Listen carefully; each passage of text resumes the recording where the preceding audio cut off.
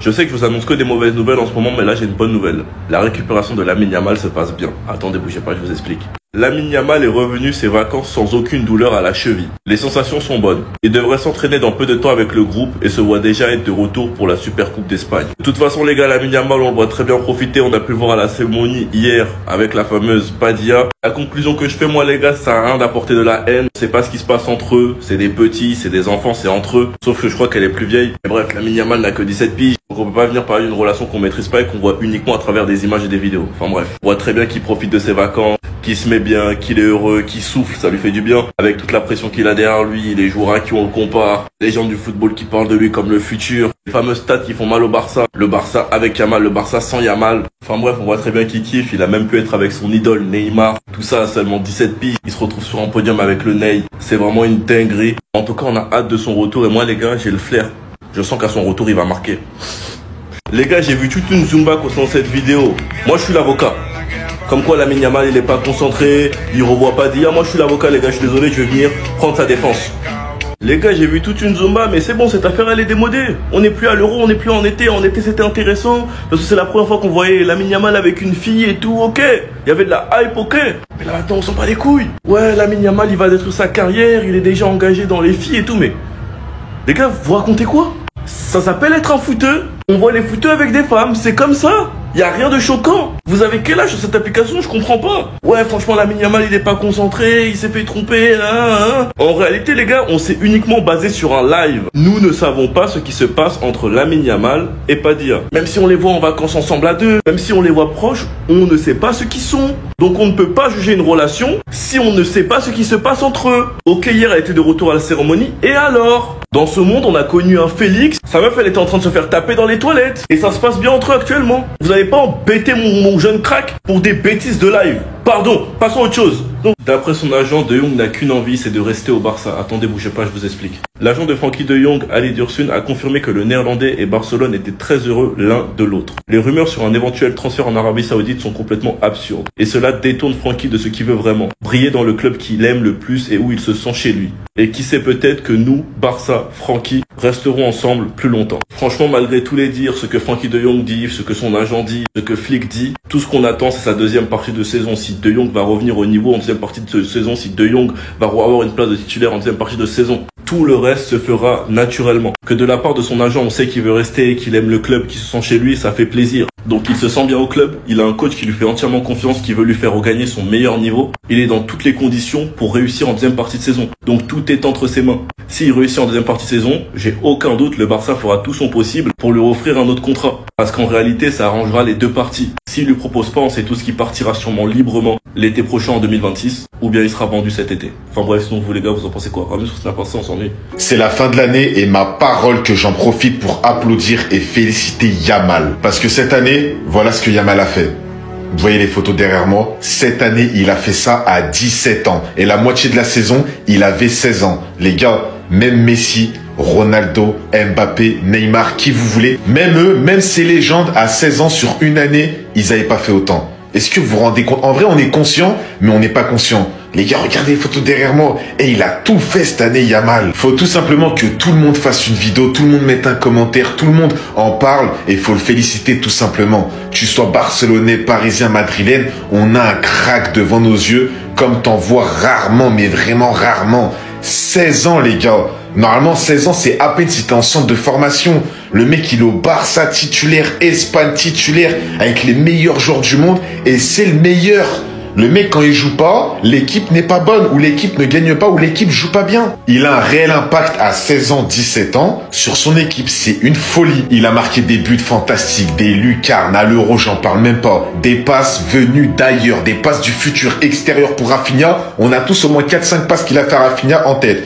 Je te parle même pas des dribbles. Je te parle même pas des 1v1, il a fait tomber des pères de famille. Je te parle même pas de ses doubles contacts, de ses accélérations. Non, Yamal, vraiment, félicitations, respect, y a rien à dire et j'espère qu'il va continuer, Et j'espère qu'il va être épargné par les blessures.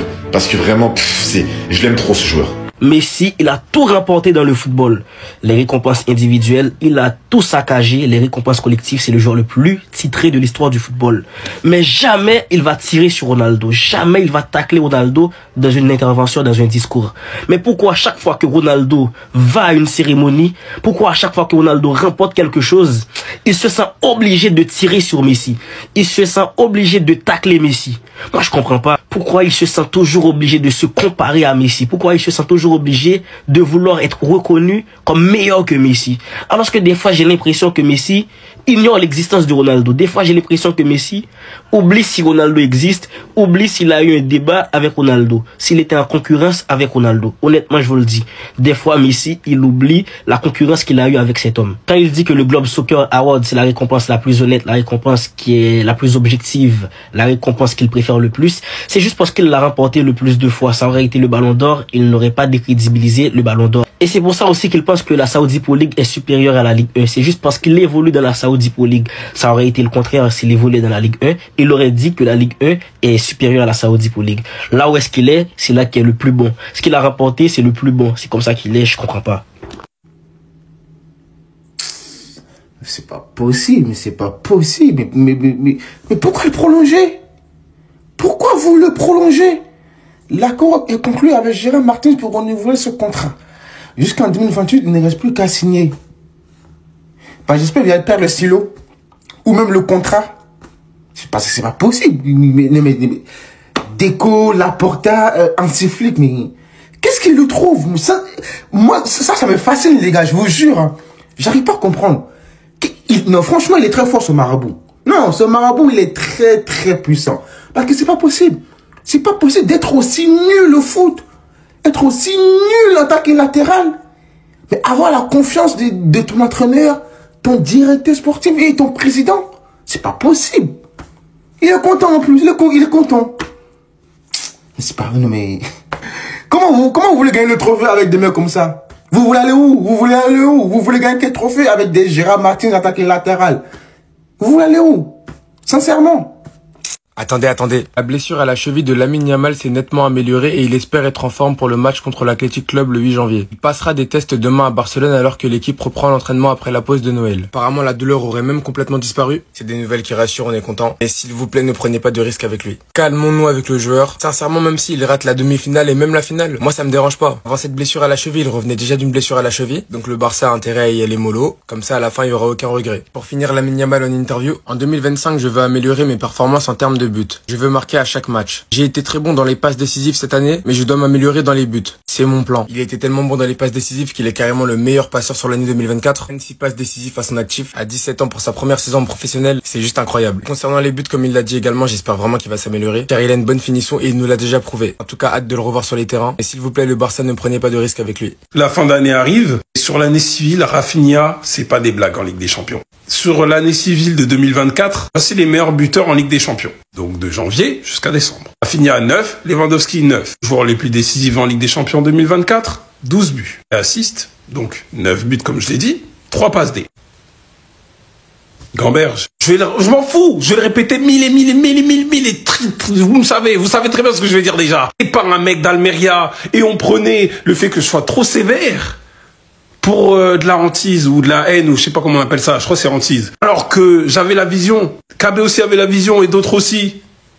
Maintenant on l'appelle Coco Jojo grâce à KB. Un des grands soirs, avait commencé avec le PSG, 3 buts au total contre le PSG. Il finit homme du match. Bayern Munich, triplé.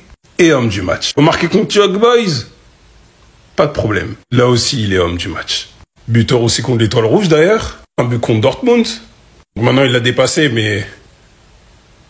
Les gars, on n'avait pas vu ça depuis Messi. Sur une année civile, je parle. Dites-vous carrément que c'est rien que cette année, il a égalé le nombre de buts de Dembélé en Ligue des Champions en 7 ans.